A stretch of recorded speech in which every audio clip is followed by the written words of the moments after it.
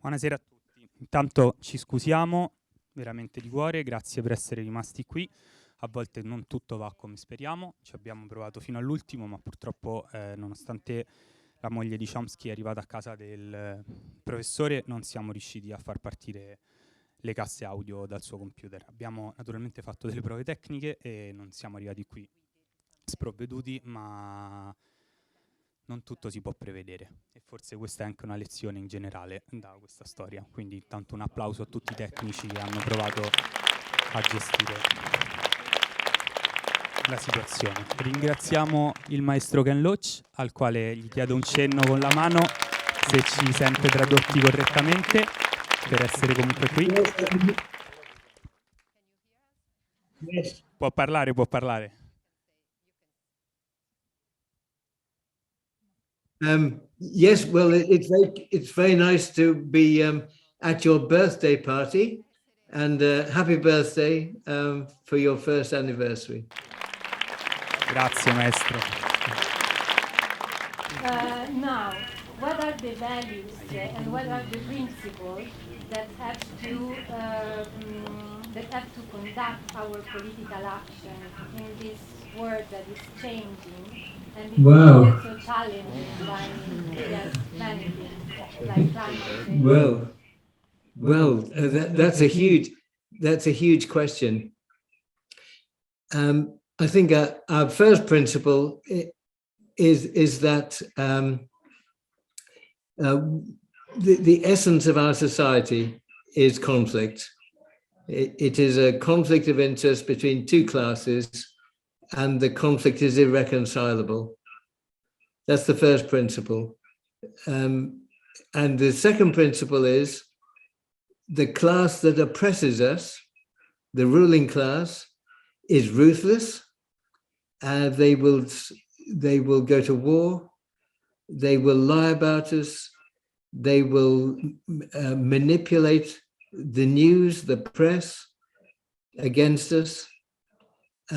This is not a fight in which the opponent obeys the rules. So this is a fight, and I'm afraid it is a fight that very quickly will have to be resolved because the planet is being destroyed. So I think those are our two principles. We're in a fight that we have to win, and the enemy is ruthless. There's more, but that's a start.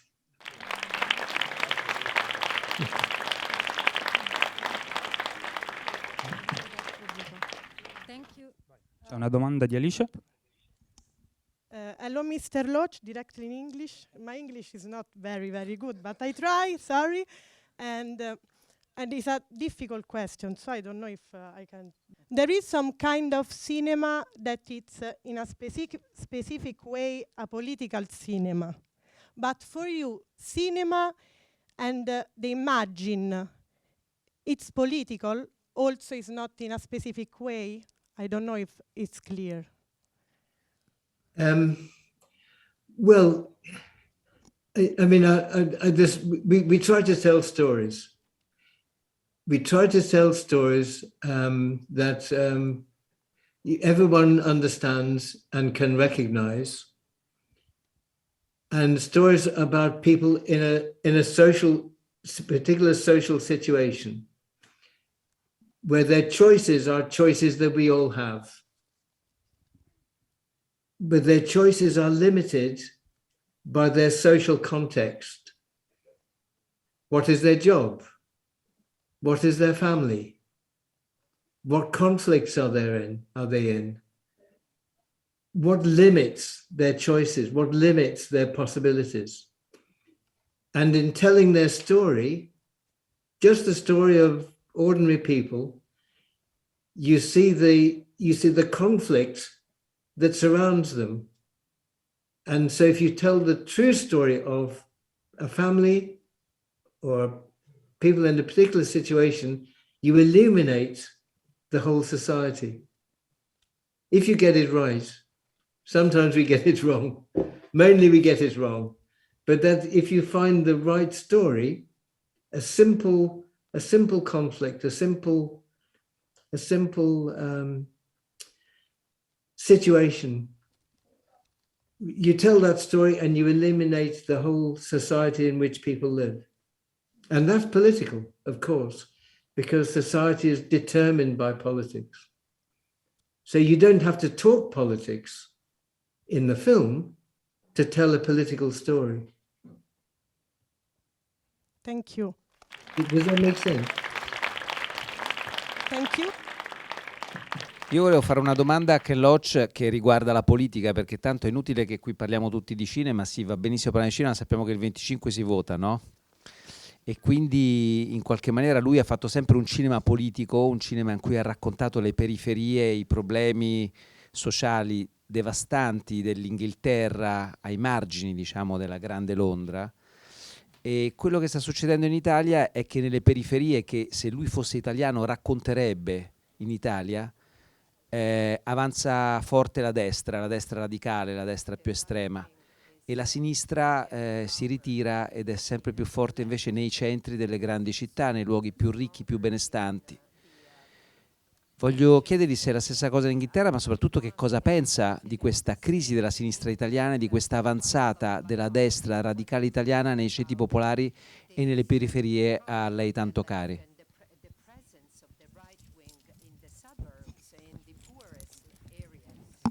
Yes. This is a very good question, a very important question. Should we try translating line by line? Because then we stay in touch. Okay, it's a very important question because people vote for the right when they are afraid, when they're insecure, and when they have no confidence. And this is the direct consequence of a failure of the center left, the Social Democrats. They are responsible for neglecting, for not representing the interests of the working class. So the first lesson we have is that we have to abandon the Social Democrat left, because they stand in the end with the employers, they stand with the big corporations. And that's the first lesson. In order to move on, we have to have a left that really identifies with the independent interests of the working class. And secondly, it must be based in organized labor. That is, in the trade unions, the organized labor, because organized labor can stop industry. They can stop the wheels turning. And that's our strength. That's our strength. So our organization has to be based in the unions, because the unions can stop industry working. And unless we use that weapon, they will take no notice of us. So, and there's an absolute political obligation that the serious left has to unite. And if they don't, and they haven't for many, many years, it is a historic political failure. And I know you face this problem on Sunday. And there's the danger of, is it Melanie? A great danger? But I think it needs a very simple program of common ownership, democratic control, environmental protection, public services in public hands, very simple demands, political demands, and the left should unite around that. If we don't, then we're lost. And the other thing we need to do, which we fail, is to organize internationally. For us, the Internationale is only a song. But for the ruling class, they are the true internationalists. And it's a tragedy that we do not organize internationally. We had a great opportunity in Britain with a strong left leadership in the party of the left, and we allowed it to be destroyed. It was a leader called Jeremy Corbyn, We allowed him to be destroyed through our lack of strength in defending him, and he was destroyed by the establishment, but also by the right wing of the Social Democrats, the Labour Party, and that exposes the role of the right wing in our movement. So I think the tragedy is that we have the strength. We have huge talent.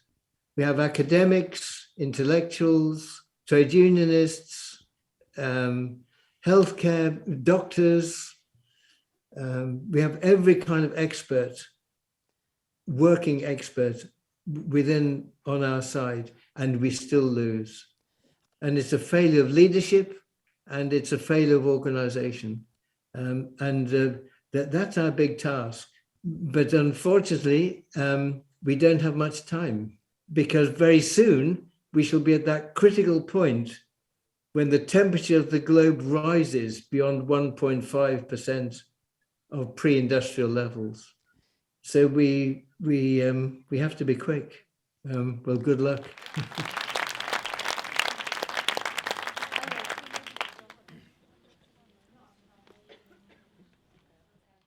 Allora, questa, come tutti sapete, era una serata pensata per un suo dialogo con Noam Chomsky. Quindi a questo punto mi sembra che Chomsky l'abbiamo perso per il momento, almeno così sembra, non so se poi ricomparirà in un altro momento della serata. Però io avevo una domanda comune che forse è un po' lunga e cerco di renderla il più breve possibile, perché adesso lei ha citato Jeremy Corbyn, e Jeremy Corbyn è stata una di quelle diciamo cause che in qualche modo vi ha visto uniti a lei e a Chomsky. E un'altra di queste cause è stata quella di Julian Assange. È uscito anche un libro con una sua prefazione sulla storia appunto di Assange, giornalista, uno dei fondatori di Wikileaks, che sta rischiando 175 anni di carcere negli Stati Uniti. E diciamo che Assange, che è troppo poco ricordato in Italia secondo me, pone un tema importante che informa e ha informato anche molto le vite sia sua che di Chomsky, ovvero quello della dissidenza. Cioè, è ancora possibile essere dissidenti nelle democrazie occidentali, perché sembra sempre ormai una forma che è lontana da noi, e soprattutto verso chi bisogna essere dissidenti a questo punto, anche se in qualche modo l'ha già detto, però vorrei capire anche in che modo esserlo, ecco.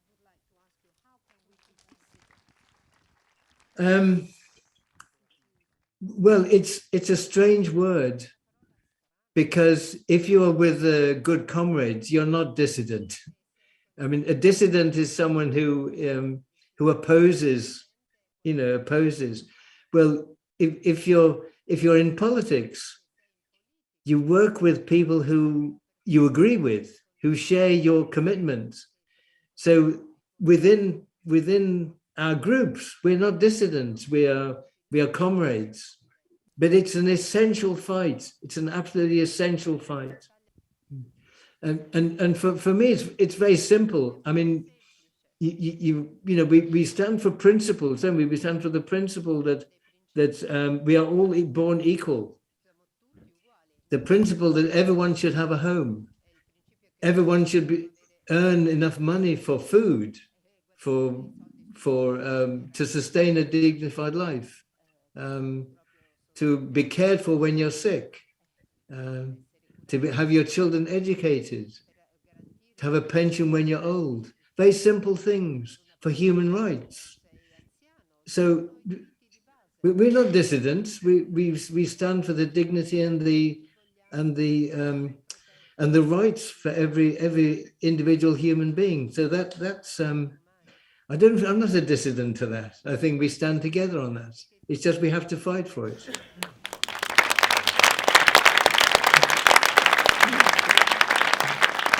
And just one other thing. Another issue that Noam Chomsky and I and many others share is demanding human rights for the Palestinians. And the Palestinians are the most ignored, it is the most betrayed people in the world. for 80 years, they've been denied their rights. And I first linked with Noam Chomsky back in 1987 when he supported some work we were doing to challenge Israel's right to oppress. And so that's when we first met each other. And that's a big issue that links Noam and me and many, many, many others who do far more than I do. But the rights of the Palestinians we have to fight for.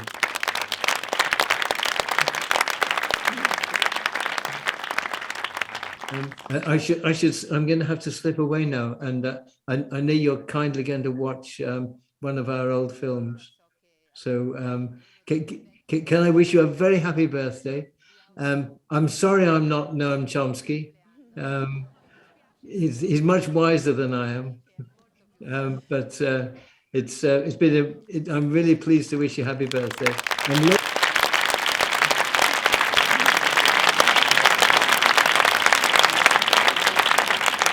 Allora, dal momento che insomma mi sembra che ci stiamo salutando, innanzitutto grazie infinite anche per la pazienza, perché mi rendo conto che è stato insomma complicato per tutti. Siamo collegati dalle 7:30, ringraziamo veramente il maestro grazie, Loach. Grazie mille, veramente. Abbiamo le foto, eravamo noi, c'era anche Chomsky, ma Chomsky non ci sentiva, il maestro Loach è rimasto tutto il tempo collegato, grazie anche alla signora che aiutava il maestro Loach, alle mogli di Loach e Chomsky che hanno provato a risolvere la questione, veramente un grande applauso. Asia aveva un'ultima domanda prima di salutarci, maestro. Grazie ancora. Ma proprio una domanda. Ma lei che cosa avrebbe chiesto a Chomsky stasera? Cosa avrebbe chiesto a Chomsky stasera alla fine? Così magari gli riportiamo la sua domanda, otteniamo una risposta. I would have quoted Trotsky to Mr. Chomsky, to Professor Chomsky. I would quoted Trotsky, who said the great crisis of our time is the leadership of the proletariat, the leadership of the working class. And my question to him is, how do we assert that? How do we assert that leadership? Because if we have leadership, we can change the world. If we don't have leadership, principled, socialist leadership, the world will be destroyed. It's as simple as that. We need that principled leadership to harness the force we have. We are very strong, but without leadership, we're nothing. And that's what we need. Okay. Okay.